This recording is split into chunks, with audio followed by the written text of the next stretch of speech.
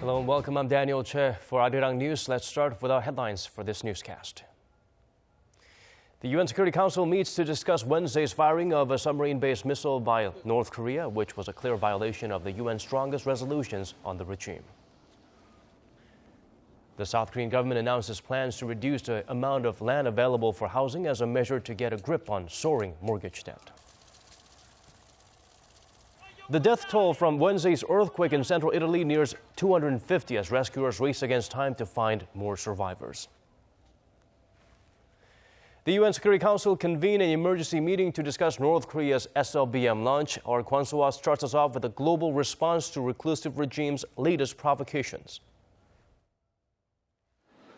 North Korea's latest test of a ballistic missile launched from a submarine goes against the UN Security Council's resolutions on the regime, including the strongest one, Resolution 2270, in effect since March. In a move to condemn the launch and discuss measures to make Pyongyang abide by international rules, the 15-member council gathered at the UN headquarters on Wednesday local time. Whether a press statement on the issue will be released is not yet clear. Earlier this month, a similar meeting, triggered by North Korea's launch of ballistic missiles, failed to produce a statement due to China's opposition. That's why Washington called on Beijing to cooperate in putting more pressure on Pyongyang, in addition to condemning the North's SLBM launch. We call on the DPRK to refrain from actions and rhetoric that further raise tensions in the region and focus instead on taking concrete steps towards fulfilling its commitments and international obligations. At the White House, spokesperson Josh Earnest said the possibility of additional sanctions cannot be ruled out, but at this point, it's difficult to judge the need for them. What's disturbing is that despite the strong, unprecedented sanctions imposed on North Korea in March, Pyongyang hasn't seemed to bat an eyelid. And as proven through its latest SLBM test, its weapons capability is only getting stronger. Seoul's foreign ministry says the issue needs to be seen from a broader perspective. That North Korea is advancing its missiles doesn't mean it's profiting from it. Instead, it will only face greater isolation, and the need for stronger international measures will grow. The spokesperson added, the bigger the threats from the North, the more active the international community will be in implementing sanctions to tighten the screws on the regime. Kwon-soa, Arirang News. South Korea's major political parties also had some strong responses to the launch, but they deferred on the implications of the provocation. For a closer look, let's turn to our Kim Young-gil. The ruling Saenuri Party on Thursday expressed concern about North Korea's continued provocations and reaffirmed its support for the alliance with the United States. I have a feeling that North Korea could try to conduct a fifth nuclear test soon. The U.S. nuclear umbrella and THAAD are key to the South Korea-U.S. alliance. It is the only way to counter the North's nuclear weapons and missiles. Tong said Pyongyang's continued missile launches would only escalate tensions on the Korean peninsula and that the North will gain nothing from it. The main opposition Minju Party of Korea expressed concern about the deterioration of relations between Seoul and Pyongyang. The security situation and relations between South and North Korea have worsened compared to 2007. We must consider the security of our citizens. The minor opposition People's Party warned the North to stop its reckless provocations against the South. We warn North Korea to stop sending messages through nuclear weapons and missiles. They should send messages of peace to bring about stability in Northeast Asia. The three parties agreed that the North's latest missile launch was a clear violation of UN Security Council resolutions and urged the government to strengthen its deterrent against Pyongyang based on Seoul and Washington's combined defense capabilities. Kim Young-gil, Arirang News. So we'll move on to our next story. The Korean government has introduced a number of fresh measures to get household debt levels under control. Earlier policies failed to prevent it from hitting another record high. Our Shin Se-min fills us in on that new approach. Curbing the supply of housing It's a fresh approach the Korean government will take in hopes of containing the soaring household debt levels rapidly driven by mortgage loans.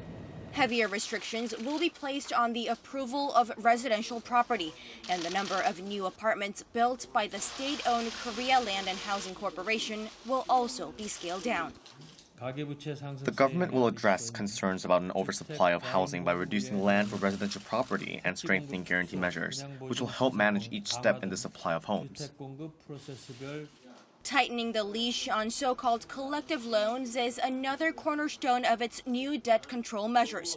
The government says it plans to slow the pace of these loans offered to new apartment homeowners, which have relatively lax screening requirements. Earlier measures, which tightened the guidelines for screening loan applicants this year, excluded collective loans. But the growth in these loans took up almost half of the increase in mortgages in the first half of the year from the end of last year, calling for more restrictions. These fresh approaches come as the country's household debt hit its record high of 1,258 trillion won, or $1.1 trillion as of the end of June this year, the largest figure tallied since the data was first collected in 2002. But are these guidelines enough to tackle the source of the country's ever-growing household debt? Not exactly. Measures that can alleviate employment problems as well as increase personal incomes are considered some of the more fundamental cures to the growing household debt problem, as this is directly linked to managing potential borrowers. Adding that it'll take some time to see the effects of the new measures in curbing the skyrocketing household debt, experts say this may create some difficult choices ahead for the Bank of Korea. Despite the country's heavy debt burden facing fragile domestic spending, slumbering global growth, added with the looming U.S. federal rate hike, experts say that the central bank may experience some pressure down the line to further cut its rate in a bid to lift the local economy. Shin Se-min, Arirang News. The ruling party, the government, and the presidential office have vowed to make improving people's livelihoods their top priority. They also plan to push ahead with economy-related legislation like labor reform and deregulation when the regular parliamentary session begins in September. Park Ji-won tells us more. Korea's ruling Saenuri Party held its first policy coordination meeting with the government and the presidential office since its new leader Lee Jang-hyun took the reins earlier this month. Representatives from the three sides vowed to make improving the people's livelihoods their top priority and called for the opposition party's cooperation in that endeavor. The Saenuri Party's new leader also emphasized the importance of close coordination on state affairs. Prime Minister Hwang Kyo-ahn called on all political parties to approve a pending multi-billion-dollar supplementary budget bill and several other economy-related bills, including one on labor reform, which is in limbo at the National Assembly. President Park's chief of staff also urged the swift passage of the budget supplement and a bill on regulation-free zones, among others. After the meeting, the ruling party's chief policymaker said the party, the government, and the presidential office will put particular emphasis on major economy-related legislation like labor reform and deregulation when the regular parliamentary session begins in September. During the regular session, the three sides will work in close cooperation to pass key bills in order to stimulate the economy, create jobs, and ease regulations. Representatives from all three bodies reiterated that there should be no partisan disputes over livelihood issues and said they will keep working together to execute the current administration's policy goals. Park Ji-won, Arirang News. A week-long impasse has been broken. The country's three main political parties have just agreed to vote on the proposed $9.8 billion budget supplement next Tuesday. The agreement came after the opposition parties, which had hoped to first hold negotiations on the witness list for upcoming hearings on a related issue next month, decided the passage of the supplement was too urgent to hold up. The three parties agreed to continue their discussions on the witness list after the vote next week. President Park Geun-hye expressed gratitude to the country's Olympians by inviting them for lunch at the top office. She also vowed to prepare the country for its best showing at the 2018 Winter Olympics in Pyeongchang. Song Ji-sun has the details. I can do it.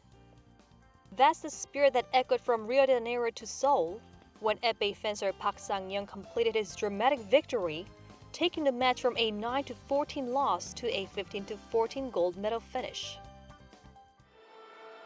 Team Korea later returned home with 21 medals and finished in the top 10 in the medal standings for the fourth consecutive Summer Games.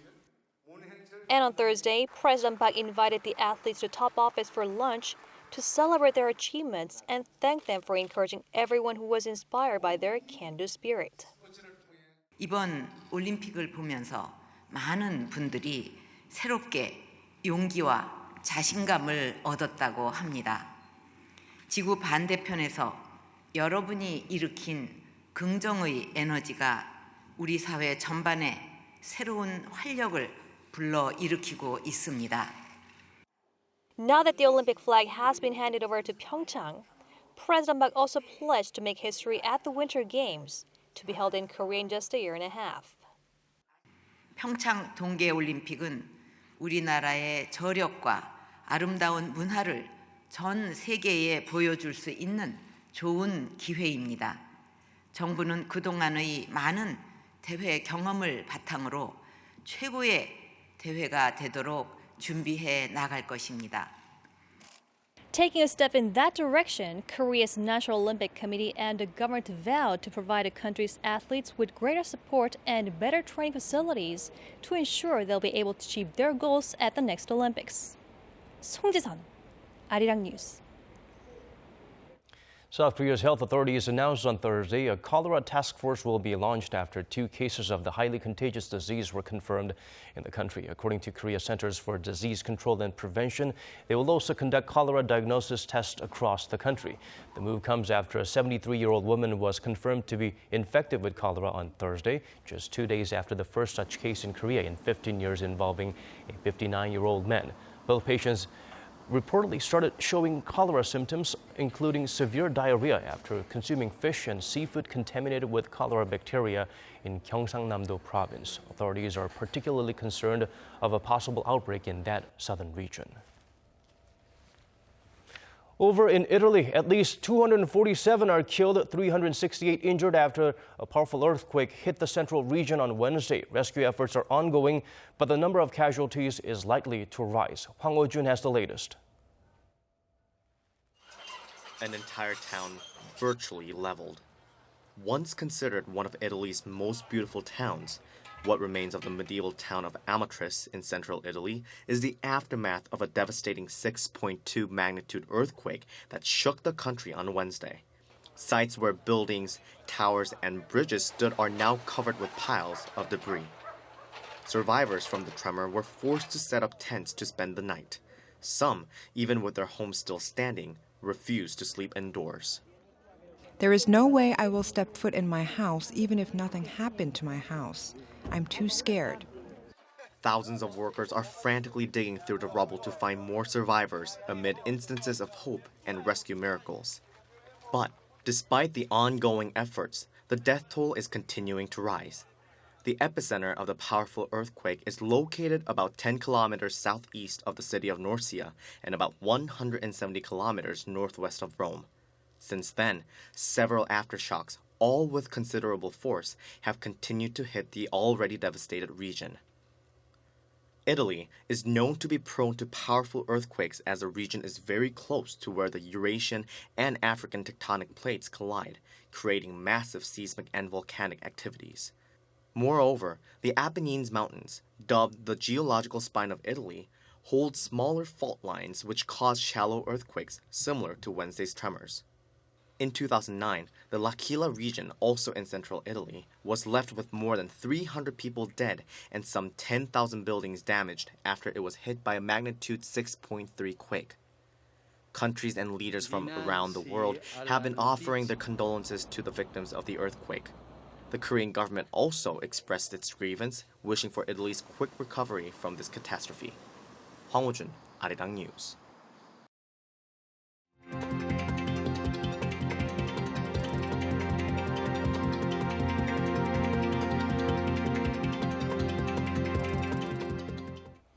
And that concludes our newscast for this hour. This has been Daniel Che.